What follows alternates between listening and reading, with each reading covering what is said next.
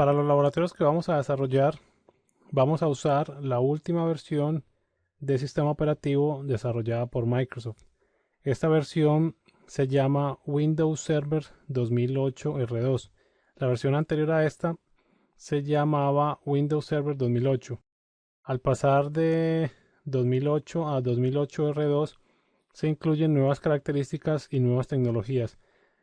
Podría parecer que de 2008 a 2008 R2 fuera como una especie de Service Pack o una actualización, pero en realidad Microsoft lo ve como un sistema operativo aparte y por eso le pone el R2 o Release 2. ¿Por qué vamos a usar esta versión del sistema operativo? La razón es muy simple. Básicamente esta es la última versión que hay en el mercado. Vamos a tener la versión más actualizada y también vamos a contar con las últimas tecnologías que dispone Microsoft a nivel de servidor. Básicamente esa es la razón por la cual usamos esta versión. ¿Qué cambios importantes hay para destacar en esta nueva versión de Windows Server 2008 R2? Hay bastantes cambios en un montón de áreas o en un montón de servicios. Uno de los que nos interesa más que todo recalcar es, por ejemplo, que esta versión de servidor solo sale o solo salió para arquitectura de 64 bits. Cuando salió en el Windows Server 2003, había una versión de Windows Server 2003 para 32 bits y una versión de Windows Server 2003 para 64 bits. Lo mismo sucedió con la versión de Windows Server 2008. Hay una versión para 32 bits y una versión para 64 bits. Esta última versión solamente soporta arquitecturas y procesadores en 64 bits. Eso tenemos que tenerlo en cuenta porque nuestro hardware debe ser relativamente nuevo. Aproximadamente el hardware de hace unos 4 o 5 años, casi todo ya sale con arquitectura de 64 bits. Quiere decir que si tenemos un servidor de aproximadamente 4 años, es probable que sí podamos correr el Windows Server 2008 R2. Cambios también importantes a nivel de Active Directory y Domain Services. En esta versión incluye una papelera de reciclaje de Active Directory. Quiere decir que si nosotros borramos un objeto de Active Directory, lo podemos recuperar de la papelera de reciclaje sin necesidad de hacer un restore de Active Directory, que es un proceso un poco más complejo. Si no entienden ahora algunos de estos nombres o estas tecnologías, no hay problema porque algunas de ellas las vamos a ver más adelante. También se incluye a nivel de Active Directory una nueva herramienta que se llama Active Directory Administrative Center. Esto es parecido al Active Directory Users and Computers, pero es una consola un poco más amigable. Podemos aplicar algunos filtros en caso de que tengamos dominios muy grandes y se nos hace un poco complicado buscar usuarios o buscar algún tipo de máquina. Con el Administrative Center vamos a poder facilitar mucho la administración. También se incluye un analizador de best practices o de mejores prácticas y nos va a permitir hacer un chequeo de nuestro Active Directory y que nos saque un reporte de qué es lo que está mal configurado, qué parámetro debería estar configurado de otra manera para tener mejor seguridad, mejor rendimiento, etcétera, etcétera. Esto en las primeros best practices analyzer que había era para Exchange, donde le hacía un chequeo de nuestro servidor, de nuestros servicios de Exchange y nos daba una serie de cambios para hacer con fin de mantener el servidor configurado de la manera más óptima.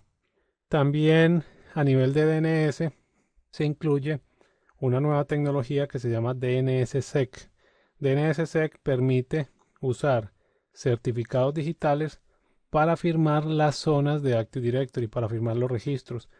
Siempre el servicio de DNS a nivel de Internet ha sido el talón de Aquiles y ha sido uno de los principales objetivos para los hackers y para usuarios malintencionados porque no tiene formas de garantizar que el paquete que uno está haciendo una consulta DNS venga realmente del destino y no es un paquete fraudulento.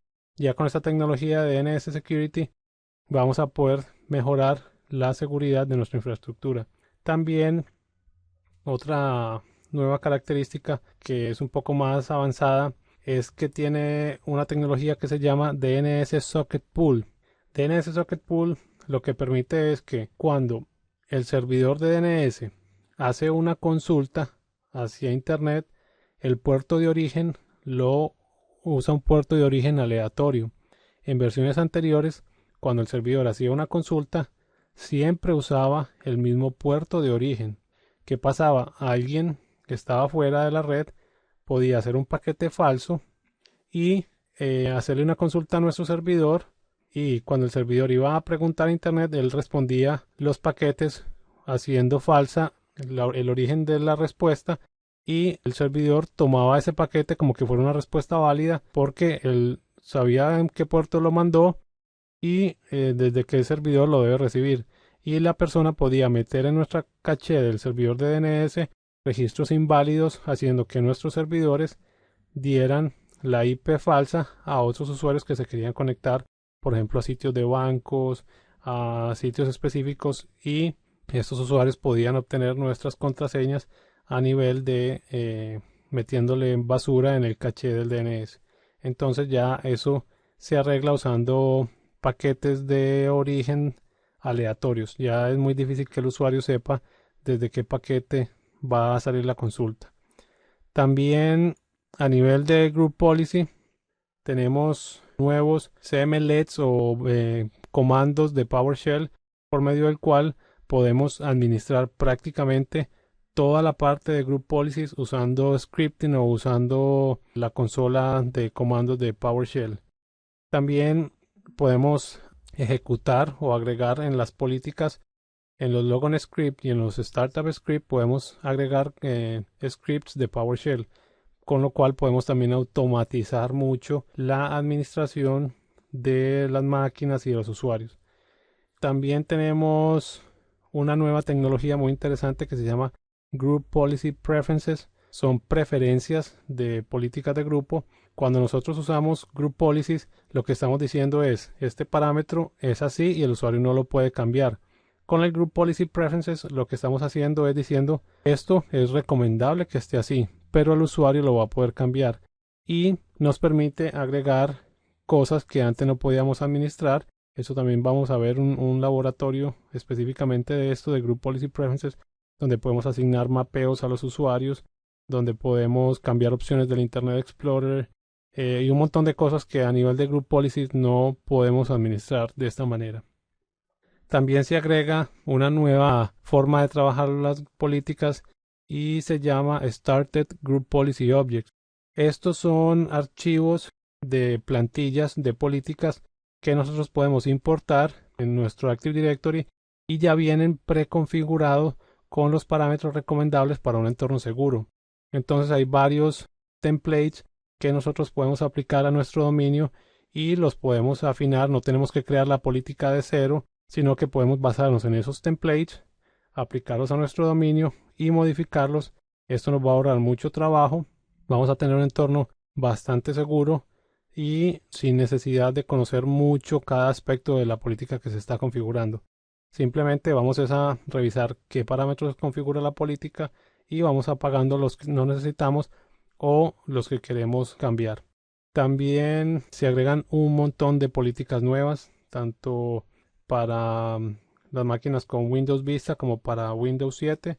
Esto es una actualización donde podemos manejar perfiles de, por ejemplo, podemos configurar la parte de la batería, que las portátiles se pongan en standby después de tan cierto tiempo que no las están usando. Por ejemplo, en empresas que tienen muchas máquinas y los usuarios salen a almorzar, pues se pueden poner todas las máquinas en standby y eso le va a ahorrar en la cuenta de servicios a la empresa porque todas esas máquinas ya no consumen tanta energía. Todo eso lo vamos a poder ver con las nuevas políticas que hay en Windows Server 2008 R2. También tenemos Hyper-V.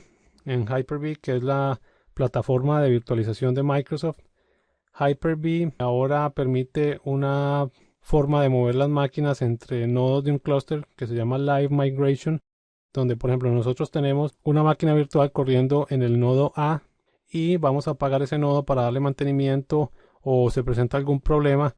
Esta máquina puede pasar al nodo B de manera automática y los usuarios no van a perder conexión con esta máquina virtual. Entonces este Live Migration nos permite mover máquinas virtuales entre nodos sin necesidad de apagarlas y sin necesidad de que los usuarios pierdan conexión con la máquina. También las máquinas virtuales, ahora les podemos asignar hasta 64 procesadores lógicos. Quiere decir que si tenemos un servidor bastante grande podemos meter muchas máquinas virtuales y no estamos tan limitados a la cantidad de recursos que le podemos asignar a esa máquina virtual. También se agregan tecnologías como Network Access Protection, donde podemos determinar qué usuarios tienen acceso a la red y qué usuarios no tienen acceso a la red. Aquí hay un componente a nivel de configuración del Windows y hay un componente a nivel de configuración de nuestros switches o nuestra infraestructura del equipo activo, donde los dos tienen que trabajar en conjunto para que el switch le pregunte al Active Directory si ese usuario puede o no entrar a la red y el Windows le va a dar la autorización o se la va a negar.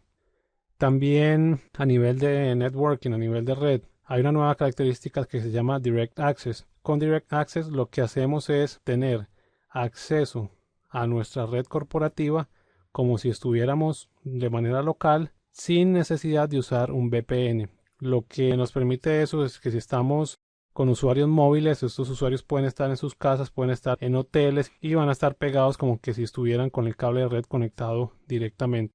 Entonces van a poder ver el Exchange, van a poder ver las carpetas de red, van a poder ver todo como si estuvieran localmente.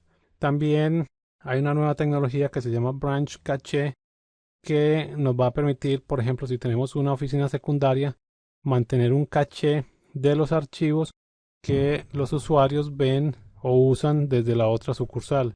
Ahí se puede nombrar un servidor para que mantenga este caché y si un usuario o varios usuarios de la sucursal remota van a ver el mismo archivo, solamente se copia el archivo una vez y se va a distribuir desde la caché local.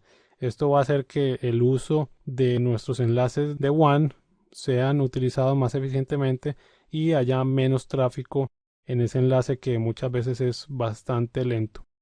También hay cambios bastante drásticos a nivel de Terminal Services, tanto que ahora ya no se llama Terminal Services, sino que se llama Remote Desktop Services.